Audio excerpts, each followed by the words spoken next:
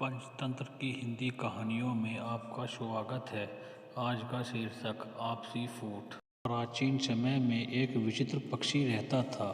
उसका धड़ एक ही था, परंतु सिर दो थे। नाम था उसका भ्राउंड। एक शरीर होने के बावजूद उसके सिरों में एकता नहीं थी और न ही था तालमेल।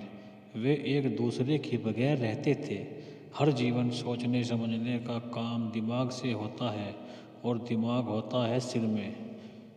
दो सिर होने के कारण भ्राउंड के दिमाग भी दो थे, जिनमें से एक पूरब जाने की सोचता तो दूसरा पश्चिम। फल यह होता कि टांगे एक कदम पूरब की ओर चलती तो अगला कदम पश्चिम की ओर, और भ्राउंड स्वयं को वहीं खड़ा पाता था। भ्राउंड का जीवन बस दो सिरों के बीच रस्सकशी बनकर रह गया था। एक दिन भ्राउंड भोजन की तलाश में नदी तट पर गया कि एक सिर को नीचे गिरा एक फल नजर आया। उसने चोंच मार कर उसे चखकर देखा तो जीभ चटकाने लगा। वाह, ऐसा स्वादिष्ट फल तो मैंने आज तक नहीं खाया। भगवान, ये दुनिया में क्या क्या चीज़ बनाई है।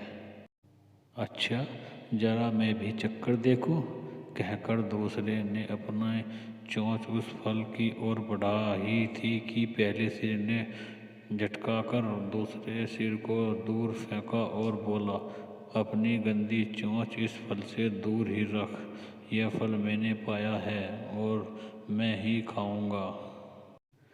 अरे, हम दोनों एक ही सिर के भाग हैं। खाने पीने की चीज़ तो हमें बांट कर खानी चाहिए, दूसरे सिर ने दलील दी। पहला सिर कहने लगा, ठीक, हम एक सिर के भाग हैं। पेट हमारा एक ही है। मैं इस फल को खाऊंगा तो वह पेट में ही तो जाएगा और पेट तेरा भी है। दूसरा सिर बोला, खाने का मतलब केवल पेट भरना ही नहीं होता भाई। जीभ का स्वाद भी तो कोई चीज़ है।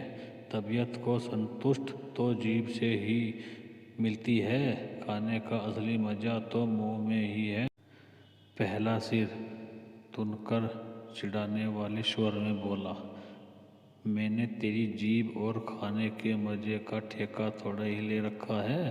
फल खाने के बाद पेट से डकार आएगी, वह डकार तेरे मुंह से भी निकलेगी। उससे गुजारा चला लेना। अब ज़्यादा बकवास न कर और मुझे शांति से फल खाने दे। ऐसा कहकर पहला सिर चटकारे लेकर फल खाने लगा। इस घटना के बाद दूसरे सिर ने बदला लेने की ठान ली और मौके की तलाश में रहने लगा। कुछ दिन बाद भ्राउंड भोजन की तलाश में घूम रहा था कि दूसरे सिर की नज़र एक फल पर पड़ी।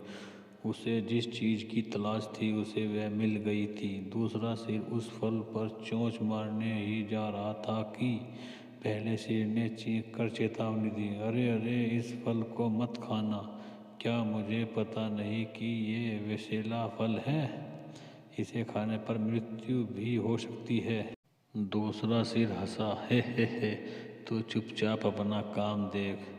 तुझे क्या लेना है कि मैं क्या खा रहा हूँ? भूल गया उस दिन की बात?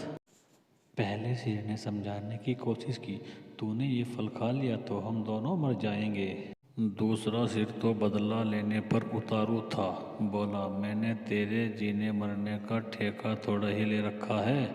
मैं जो खाना चाहता हूँ वो खाऊंगा, चाहे उसका नतीजा कुछ भी हो। मुझे शांति से विषैला फल खाने दो।